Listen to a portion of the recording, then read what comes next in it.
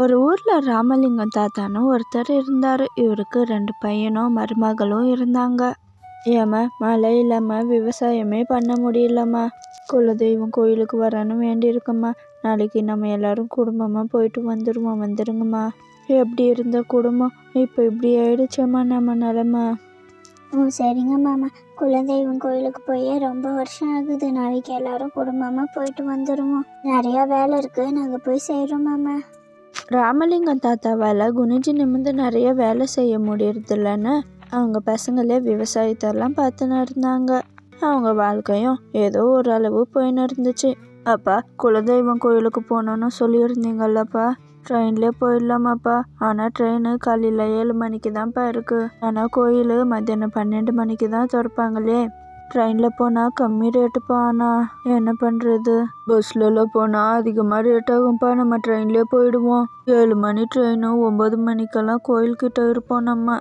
3 மணி நேரம் தானேப்பா, எப்படியாவது இருந்துருவோம். 3 மணி நேரத்தை பார்த்தா நமக்கு செலவு அதிகமாக ஆகுதே.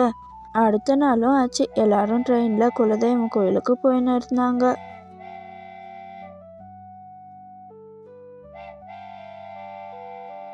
சரிப்பா, இந்த மரத்துக்கு கீழே உக்காந்துன்னு இருந்துட்டு அப்புறம் போவோம். அங்கே கோயிலுக்கிட்ட நிழலே இருக்காது, வெறும் வெயிலாக இருக்கும்.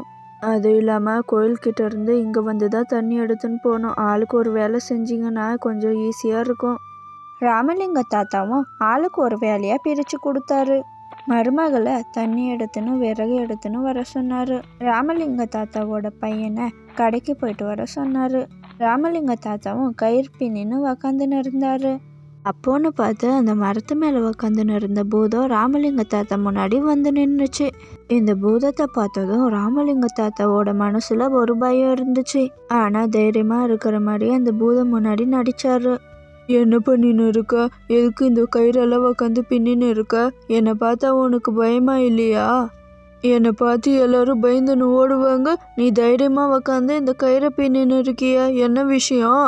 நான் எதுக்கு பயப்படணும்? நீ சாதாரண ஒரு பேய் தானே. உன்னை கட்டி போடுறதுக்கு தான் இந்த கயிறை பின்னின்னு இருக்கேன். இன்னும் ஒரு 2 நிமிஷம் இரு. இன்னும் கொஞ்சம் தூரம் அந்த கயிறை பின்ன வேண்டிய வேலை இருக்குது. அதை பின்னதான் உன்னை கட்டி போட்டுடுறேன். அந்த பூதம் என்னதான் உருவத்தில் பெருசாக இருந்தாலும் அதுக்கு குழந்தை மனசு. ஐயோ தாத்தா, என்னை மன்னிச்சிடு தாத்தா. நான் ஏதோ தெரியாமல் சொல்லிட்டேன். என்னை கட்டியெல்லாம் போட்டுறாத. நீ சொன்ன எல்லா வேலையும் உன் குடும்பம் செய்யுது. அவங்களே அவ்வளோ பயப்படுறாங்க. அப்போனா அவங்கள எத்தனை வாட்டி நீ கட்டி போட்டு அடிச்சிருப்ப. எனக்கு உன்னை பார்த்தா பயமாக இருக்கு தாத்தா. நீ என்னை கட்டி போட்டுட்டினா வாழ்நாள் முழுவதும் ஒரே இடத்துல இருக்க வேண்டியதாக ஆகிடும். என்னால் அப்படியெல்லாம் இருக்க முடியாது தாத்தா. அதுக்கு பதில் உனக்கு எதனா நான் பரிசு கொடுக்குறேன். என்னை விட்டுரு தாத்தா. இதுக்கப்புறம் நான் உன் பக்கமே வரமாட்டேன் தாத்தா. இந்த ஒரு வாட்டி மட்டும் என்னை மன்னிச்சு விட்டுரு தாத்தா. அந்த பூதமும் பயந்துடுச்சு. பூமி கடியிலிருந்து ஒரு பெரிய புதையல் பெட்டியை அந்த தாத்தாவுக்கு பரிசாக கொடுத்துச்சு. அந்த புதையல் பெட்டியை பார்த்ததும் தாத்தாவோட குடும்பமே ரொம்பவும் சந்தோஷப்பட்டாங்க. வீட்டுக்கு வந்ததுக்கப்புறம் அந்த புதையல் பெட்டியை வச்சு ரொம்பவும் சந்தோஷமாக வாழ்ந்துன்னு இருந்தாங்க.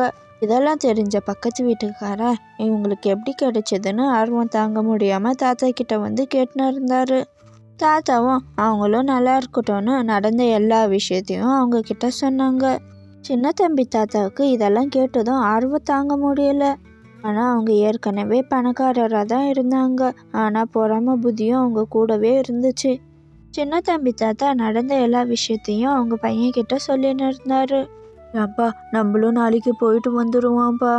எனக்கும் அந்த புதையல் பெட்டி வேணும்னு ரொம்பவும் ஆசையாக இருக்குது. வரீங்களாப்பா? நாளைக்கு போயிட்டு வந்துடுவோம் குடும்பமாக. அவங்களும் குடும்பமாக தான் போனாங்களாம். நம்மளும் குடும்பமாகவே போயிட்டு வந்துடுவோமேப்பா. நான் மட்டும் போனேன்னா புதையல் கிடைக்காம போகிறதுக்கும் வாய்ப்பு இருக்குப்பா. அதான் நீங்களும் வாங்க. அப்படியே பிக்னிக் போயிட்டு வந்த மாதிரி ஜாலியாக போயிட்டு வந்துடுவோமேப்பா. ஏன்பா இதெல்லாம் இன்னுமாப்பா நம்பின்னு இருக்க? இதெல்லாம் நடக்கவாப்பா போகுது. ஏன்பா இப்படி பண்ணுற? அதெல்லாம் ஒன்றும் வேணாப்பா. அதெல்லாம் சும்மா கட்டுக்காதப்பா. அட இல்லைப்பா, நிஜமாலே தான் நான் சொல்கிறேன். பக்கத்து வீட்டுக்காரன் நம்மளை விட பெரிய பணக்காரராக ஆயிடுவான்ப்பா. அதெல்லாம் வேணாம். வாங்க, நாளைக்கு போயிட்டு தான் வந்துடுவோம்.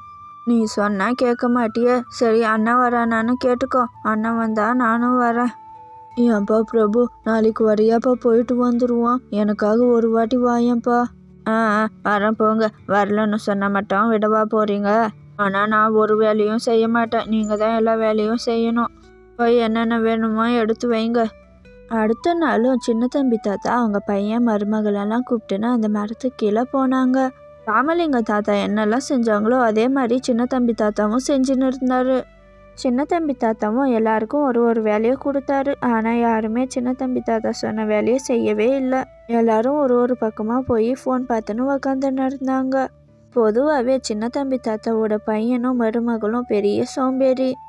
இந்த கிழவனுக்கு வேற வேலைன்றதே இல்லை. அதை செய்ய இதை செய்ய அங்கே வா இங்கே வான்னு ஒரே உயிரை வாங்குறாரு. எவ்வளோ சொத்து இருக்கு இவருக்கு. அப்பயும் யாரோ சொன்னாங்கன்னா புதையல் பெட்டி அது இதுன்னு பேராசை பிடிச்சி வந்திருக்காரு பாரு. இதெல்லாம் நம்புற மாதிரியா இருக்கு? யாரோ சும்மா சொல்லியிருக்காங்க, அதை போய் நம்பினா இவ்வளோ தூரம் வந்திருக்காரு இவரு. அதுவும் ஒரு ஏசி பஸ்ஸோ இல்லை ஏசி ட்ரெயினோ இருக்கிற மாதிரி கூட்டின்னு வந்தாரா? அதுவும் இல்லை, பேசஞ்சர் ட்ரெயினில் கூட்டின்னு வந்தாரு. என்ன கூட்டம்! கஷ்டப்பட்டு காலையிலே எழுந்து புடவையெல்லாம் அயன் பண்ணி கட்டின்னு வந்தேன். எல்லாம் கலைஞ்சிடுச்சு, எல்லாம் சுருக்கமாக ஆயிடுச்சு. சரி வா, நம்ம 2 பேரும் இன்னைக்கு அழகாக ரெடியாகி வந்திருக்கோம். போய் ரீல்ஸ் எல்லாம் எடுப்போம் அந்த மரத்துக்கு கீழே. சின்ன தம்பி தாத்தாவும் உக்காந்துன்னு அந்த கயிறை பின்ன ஆரம்பிச்சாரு. ராமலிங்க தாத்தா சொன்ன மாதிரி அந்த பூதம் வந்து நின்றுச்சு. சின்ன தம்பி தாத்தாவும் பயப்படாத மாதிரி உக்காந்துன்னு இருந்தாரு. ஆமா, எதுக்கு இந்த கயிறு உக்காந்து பின்னின்னு இருக்க? என்னை பார்த்தா உனக்கு பயமா இல்லையா? எல்லாரும் என்னை பார்த்தா பயந்துன்னு ஓடுவாங்களே, நீ என்னவோ தைரியமா உக்காந்து பின்னின்னு இருக்கியா? உன்னை கட்டி போடலான்னு தான் இந்த கயிறை உக்காந்து பின்னின்னு இருக்கேன். இன்னும் ஒரு 2 நிமிஷம் இரு, இன்னும் கொஞ்சம் தூரம் பின்ன வேண்டியது இருக்கு, பின்னிடுறேன். பின்னினதுக்கப்புறம் இந்த மரத்திலே உன்னை வச்சு கட்டி போடுறேன், இரு. எவ்வளோ தைரியம் இருந்தா என் முன்னாடியே நீ வந்து இப்படி நிற்ப? அம்மா, வயிறே வலிக்குது சிரிச்சு சிரிச்சு. என்ன இப்படி சிரிச்சுன்னு இருக்கா? என்னை பார்த்தா உனக்கு எப்படி தெரியுதா? எதுக்கு இப்போ சிரிச்சுன்னு இருக்கா? இந்த கயிறை வச்சு நீ என்ன கட்ட போறியா? உன்னை பார்த்து முதல்ல உன் குடும்பமே பயப்படலை, நான் எப்படி பயப்படுவேன்? நீ சொன்ன வேலையை உன் குடும்பம் செஞ்சிருக்கான்னு கொஞ்சம் பாரு. உன்னை பார்த்து அவங்களே பயப்படாதப்போ நான் எப்படியா பயப்படுவேன்? இந்த கயிறை வச்சு என்னை கட்டி போடுறது இருக்கட்டும், முதல்ல நீ உன் குடும்பத்தை கட்டி போடு, அதுக்கப்புறம் என்னை கட்டுறதுக்கு வருவ.